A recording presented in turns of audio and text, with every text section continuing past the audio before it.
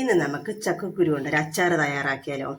എല്ലാവരും സാധാരണ തോരനെ മെഴുക്കുവരട്ടി ഇതൊക്കെയല്ലേ വെക്കുന്നത്. ഇന്ന് നമുക്ക് കുറച്ച് ചക്കക്കുരു എടുത്ത് അച്ചാർ വെക്കാം. അതിന് ഞാൻ കുറച്ച് ചക്കക്കുരു എടുത്ത് കഴുകി വൃത്തിയാക്കിയതാണ്. ഇത് നമുക്ക് ആവി കയറ്റിയെടുക്കാം.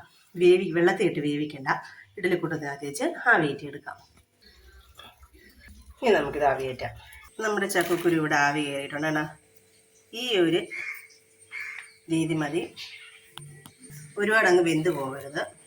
ഇനി നമുക്കൊരു പാൻ അടുപ്പത്ത് വെക്കാം. എന്നിട്ട് കുറച്ച് നല്ലെണ്ണ ഒഴിച്ചു കൊടുക്കാം. എണ്ണയൊക്കെ നമ്മുടെ ആവശ്യത്തിന് എടുക്കാം. എണ്ണ ചൂടായിട്ടുണ്ട്. നമുക്ക് അതിലേക്ക് കുറച്ച് കടുക് ഇട്ട് കൊടുക്കാം.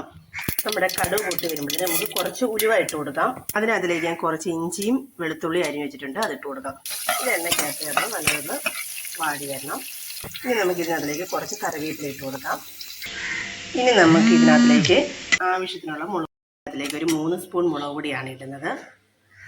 സാധാ മുളക് പൊടി തന്നെയാണ്. കുറച്ച് മഞ്ഞൾപ്പൊടി, കുറച്ച് ഉലുവാപ്പൊടി, നമുക്ക് കുറച്ച് കായപ്പൊടിയും ഇട്ട് കൊടുക്കാം. ഇനി നമുക്കിതെല്ലാം കൂടെ ഒന്ന് മിക്സ് ചെയ്ത് കൊടുക്കാം.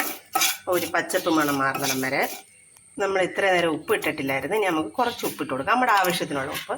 നമുക്കറിയാലോ നമ്മൾ എത്ര ചക്കക്കുരു എടുത്തിട്ടുണ്ടെന്നൊക്കെ, അപ്പോൾ അതനുസരിച്ച് ഇട്ട് കൊടുക്കാം. ഇനി നമുക്ക് ഇതിനകത്തിലേക്ക് കുറച്ച് വിനാഗിരി ഒഴിച്ചു കൊടുക്കാം. ഈ അച്ചാർ ഒരു 2 ആഴ്ചത്തേക്ക് ഇത് കേടുകൂടാതെ ഇരിക്കും.